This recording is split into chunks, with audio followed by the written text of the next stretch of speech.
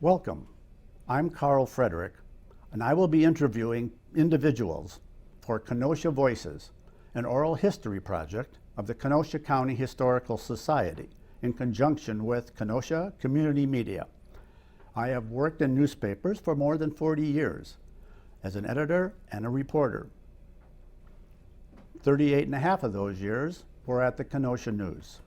I am also a member of the Kenosha County Historical Society Board. We hope you enjoy these programs.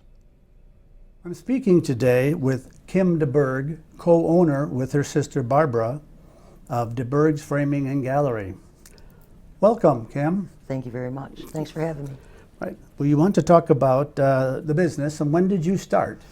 As a young teenager, as an adolescent, it was a family business, so I had to be there after school every day to do all the menial jobs. What kind of menial things did you have to do? I had to stain unfinished moldings. I had to scrub out in bottles to put up paint thinner and linseed oil, because we were DeBerge's paint store for the first 100 years.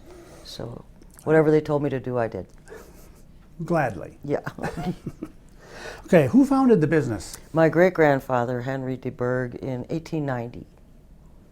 And he had a couple partnerships before having his own business. He graduated from business school, the only one in his family to go to college. They were a large family of farmers out in Caledonia. And so he was the one that went to business school. He was more of a businessman than a hands-on. So what kind of business did he actually open up? He started everything home decor. So if you wanted paint, they'd make the paint. They'd mix the pure pigments with the linseed oils and make paint. They sold wallpaper as well. My great-grandmother taught china painting and crochet, because back then if you wanted a doily for your table, you didn't just go buy one. You bought the material and you made one. And she taught those things at the store. So if I would have gone to the store at that time and wanted a gallon of sky blue paint for a wall, and I ran out, could I get another gallon? Chances are it would not match, because everything was mixed by hand. There were no formulas like today.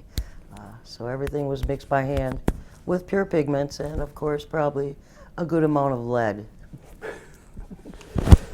Okay. Which was good paint. What other jobs did you have other than the whatever they told you jobs? I was the official go get lunch person. Go to the bank. We had the bank right uptown. When it was a bustling business district, we had the Brown National Bank. So I would do the banking, get lunch, clean, wash the windows, sweep the floor, that kind of stuff. But I liked it. Are you still doing those jobs? Uh-huh. Well, we have a window washer now. Oh, okay.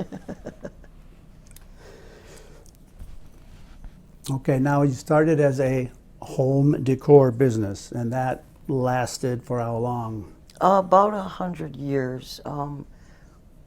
Because we were able to evolve and change, that's why we're still here today.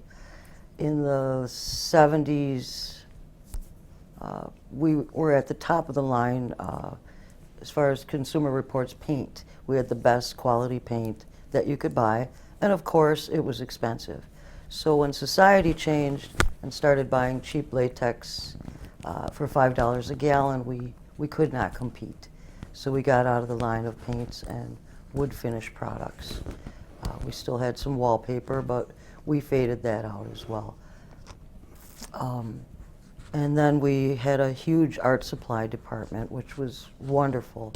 Brought in great people, from kids with mohawks to Grandma Moses's funeral directors.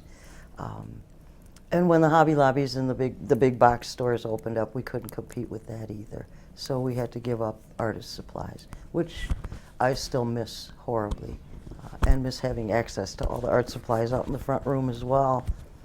So we went fully into framing, which is probably 98% of our business.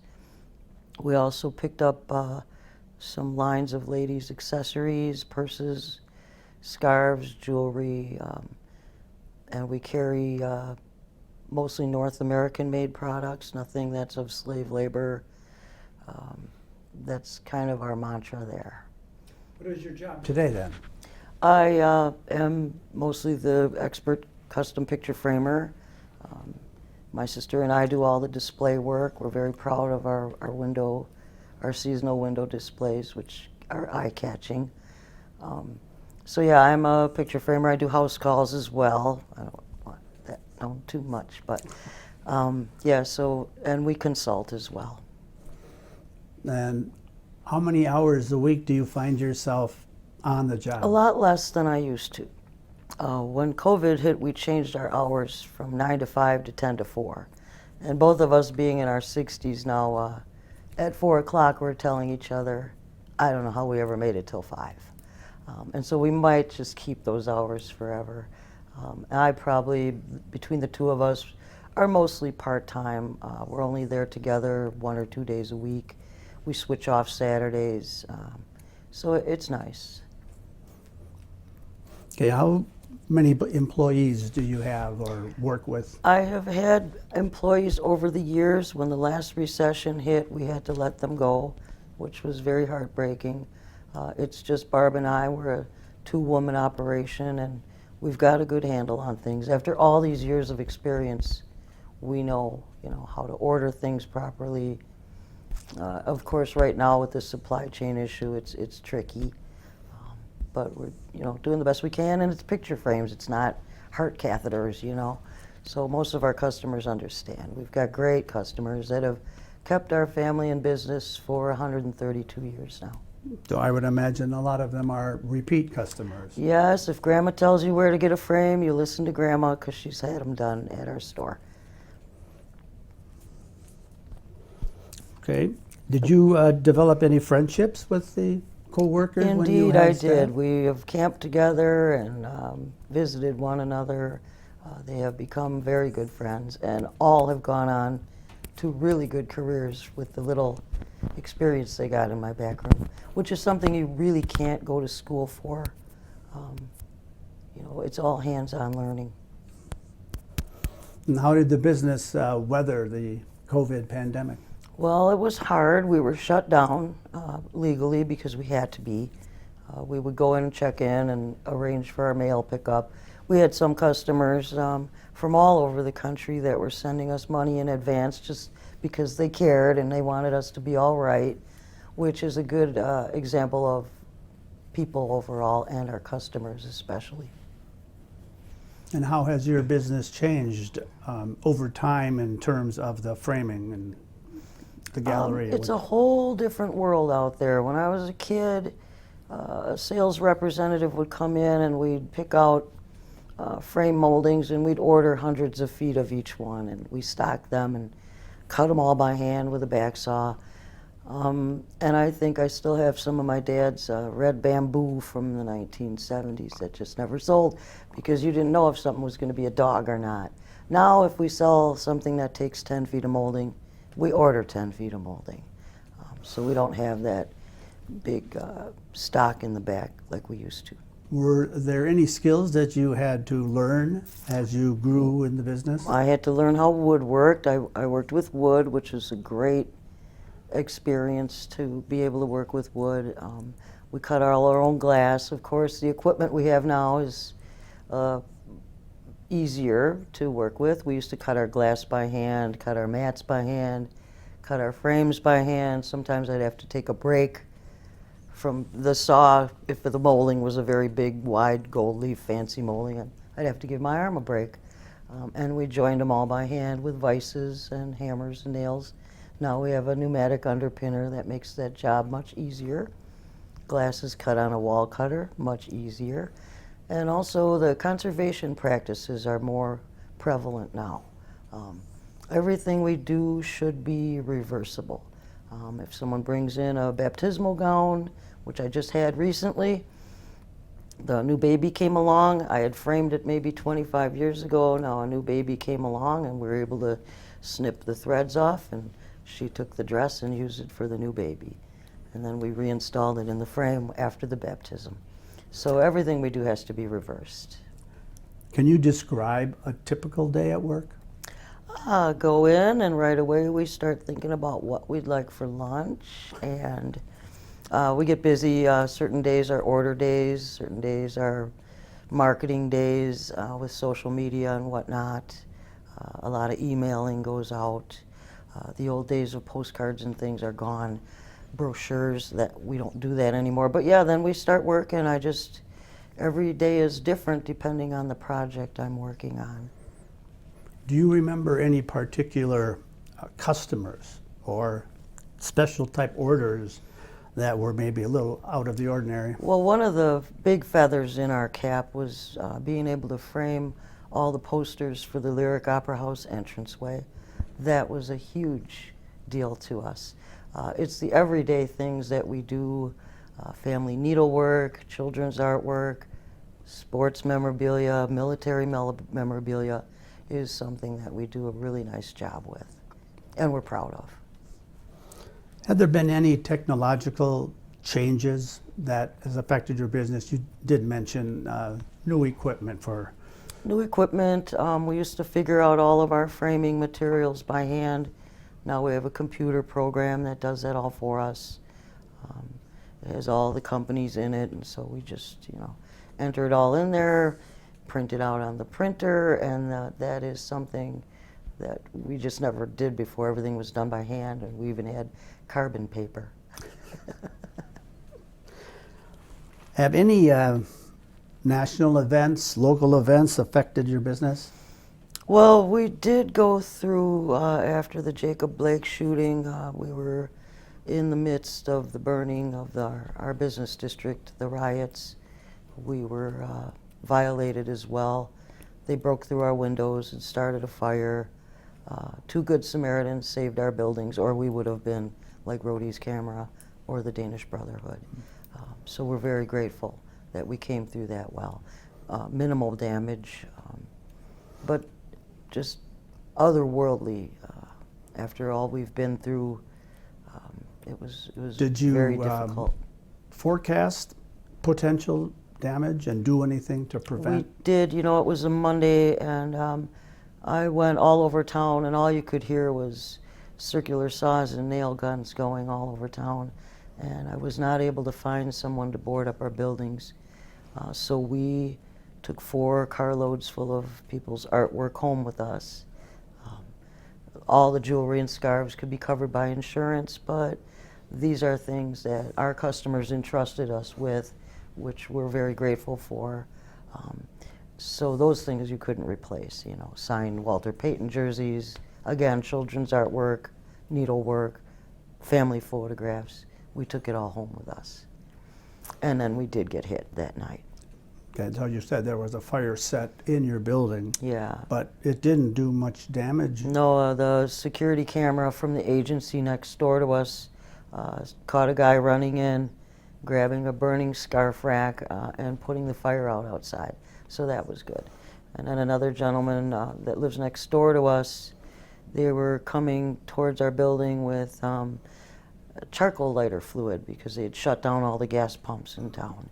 And so he was on his porch with a gun and told them to get the bleep out of here, and they did. So 2 Good Samaritans saved our building. Yeah. So what do you see as the best part of your job? I think the people that I get to deal with, and again, I can't say enough how people trust us with their priceless possessions. That's the best part. This town. I'm an ambassador for Kenosha.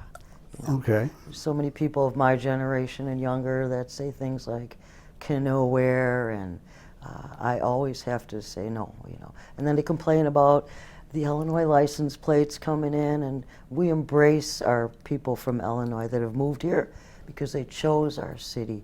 They come here and they see all the wonderful people and the wonderful shops, the good service that they get. One guy told me he was at the farmer's market and 2 people were talking, and he heard someone say, "So how did your mom's bunion surgery go?" And he was so impressed with that we truly care about each other and are concerned about each other here. Whereas in a larger community, it's just palm greasing and business card handing and getting up the ladder. What percentage of your clientele would you say is Illinois-based or local? Probably a good 10 to 15%, and we do have people that not only move here, but we do have a lot of clients that come from the North Shore. And of course, we have people that were born and raised in Kenosha that come back for their dentist and their hairdresser and their picture framer, and they only want to come back to where they feel comfortable and they get good service. Can you relate to how far away some of your customers are? Well, I've had customers that have lived all over the world and shipped their artwork back to us. People that were in the military, that were like military surgeons living in Italy. They would buy artwork, ship it back here, we'd frame it, and their mom would pick it up. You don't ship it back? Yeah, and I've had, we don't do a lot of internet sales. I'm not into making boxes and shipping things. It is a tactile experience, so you do need to see things, feel things. And how have you been able to operate? Do people use credit? Did you ever have any problems paying the bills? No, we have never run on credit, and that's what my mother always said. If you don't have the money, you don't buy it. So we did okay during the recession because we didn't ever run our business on credit. We pay our bills on time, and we're very fortunate that we're able to. How do you see the future of DeBerge's? Well, the future of the DeBerges, I think that my great-grandfather would have never dreamt that his business would last this long. As a matter of fact, our building has 2 addresses because as the businessman that he was, he thought once DeBerges is gone, he can rent out those 2 storefronts and make money on the 2 storefronts. That never happened. But the whole world has changed since I was a kid. The cost of living compared to wages is not the way it should be. It's not in the right proportion. We don't have a 5th generation coming on. They're all educated. They have good jobs, good big mortgages. I mean, I worked for peanuts when I was a kid. When I did start getting paid, I think I paid more for childcare than barely than what I was getting paid. So it's a different world, and I'm at peace with that. It's been a good long run for DeBerges, and that's just the way it's going to be. I will have to throw my customers to the wolves. That's the saddest thing, because there's so few of us expert custom picture framers left. We're seen as lost most of theirs, if not all. So we're a very unique business. And with the internet and people wanting instant satisfaction, they buy a couch, they buy a couple pieces of art that matches the couch. That's really not our customers. They care more about what's in their homes and like the custom work. So yeah, I'm at peace with when my sister and I retire, that will be the end of DeBerges as far as a family member running it. Okay, thank you. You're Thank you welcome. for visiting with us. Thank you very much.